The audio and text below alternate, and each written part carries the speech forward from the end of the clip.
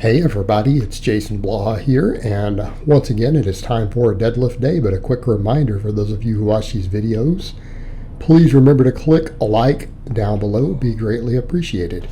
So today we did some pretty serious pulling, pretty much the best deadlift set I think I've ever done in my life.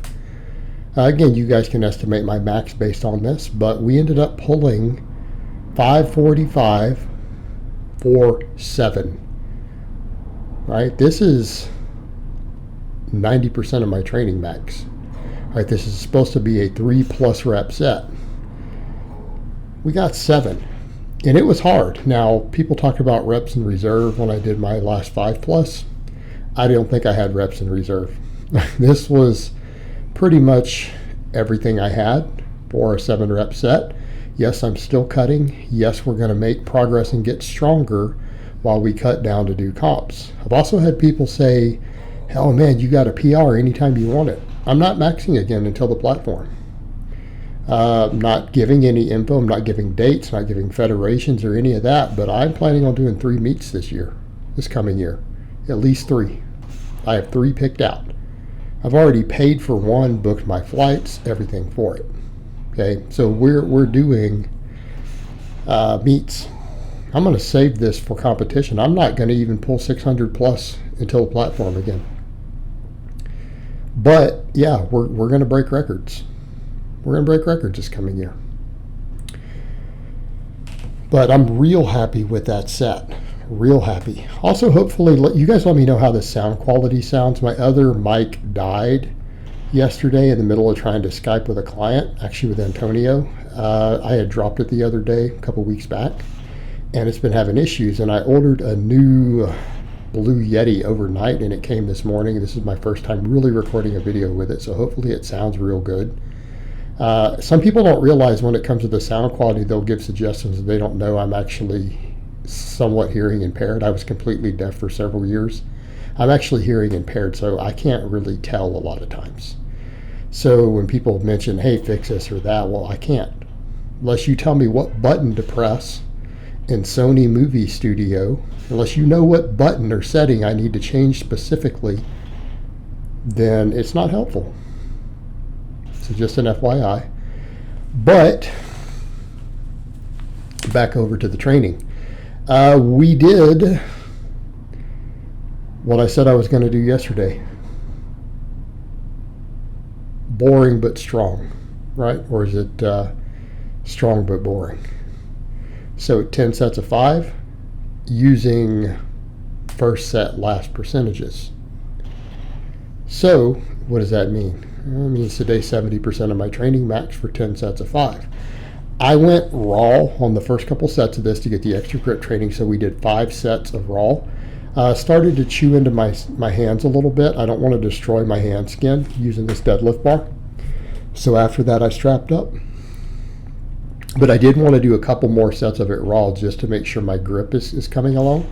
Because I may need to do some extra grip work. But I feel like doing 4 or 5 good sets of raw deadlifting every week plus all the rowing should handle most of my grip. And like I said, if I need to, I'll go back and mess with some dead hangs with the fat bar and stuff like that.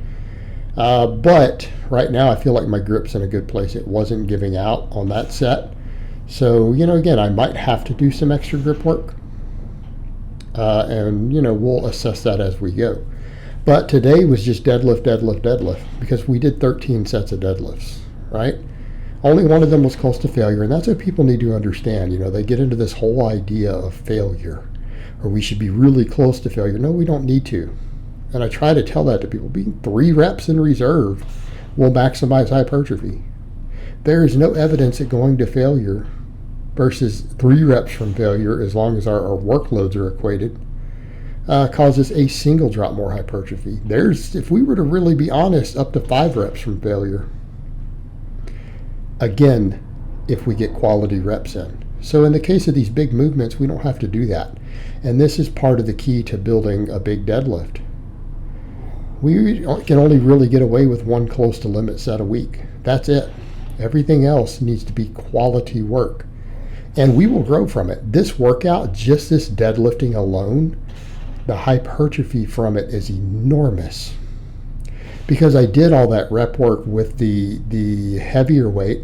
But even then, you come back down to 425. I did 50 reps with 425 today. 50 reps, all quality reps, after doing that limit set. Okay, 10 sets of 5, and even though people would say, well, that's not even close to failure, it doesn't matter. I've already hammered all the upper threshold motor units in the entire posterior side of my body. To come in and then do 50 total quality reps, controlled quality reps with 425 after. You would grow from this alone. If I did nothing else this week, I would gain muscle from this. Again, knowing how to program a deadlift. Knowing how to program the deadlift if you're going to get bigger from it. But in this case, think of all the practice I got pulling. Think of all the practice we got pulling. Then how much hamstring, glute, erector, lat, trap, hypertrophy did we get from all this? Even quads, right? Deadlifts build your quads. And anyone who's doubting the hypertrophy potential of the deadlift, our argument is fatigue, not hypertrophy. The only studies that have looked at a deadlift and hypertrophy, it was massive. It is arguably the single best exercise for stimulating muscle growth that's ever been found. If you were to pin it down to one exercise. The problem is the fatigue end. Well, you've got to program that, and that's what we're doing. But today was deadlift volume. And I did one set of glute ham raises. I could have skipped these, but I said, look, let's come in because the deadlift only fully works 2 of the 3 heads of the hamstring. Let's finish off the other head with this movement, one good set. Because it still gets worked, right? It still gets worked. It just doesn't maximally work it. Then we come in and finish that off. This is good for nothing else, injury prevention in the hamstrings after. And then after that, I just did hanging leg raises, did my toe to bars. These are harder. A lot of times you guys are used to seeing me do like 10 first thing in the morning. I have my Doc Martens on still, so that adds weight. And I did all that pulling. So I'm fatigued. So sets of 8 are pretty much all I could handle. I did 4 sets of 8, finishes off my abs, works the adductors a little bit. This is why I tell people this is arguably the best ab exercise you can do for your squat. We can argue about a lot of abdominal exercises and what they do, but these for your squat are the best one because it trains the hip flexors and it trains the adductors. And the adductors are also a potential weak link in your squat. And I also had someone say with these before too, oh, these don't work the abs, it's all hips. No, I'm doing toe to bars. I'm not just raising the legs. I'm actually crunching at the top, which makes it one of the best ab exercises. And with the size of my legs, these are hard. These are hard. A lot of people are like, I can't do those with smaller legs. Well, imagine my leg weight.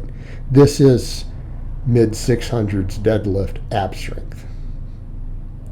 Okay, that's what it is. But these sets got brutal. The third and fourth set were super hard today. So I'll do more of these on the weekend. I may put up some of the other videos I've been doing to where I just come in and do a set first thing in the morning. But again, got 4 good work sets of these in after deadlifting. Again, this is a super hypertrophic and strength building workout today with really minimal variation. And I'm very, very happy with it. So I hope it has been informative, and I will talk to you guys next time.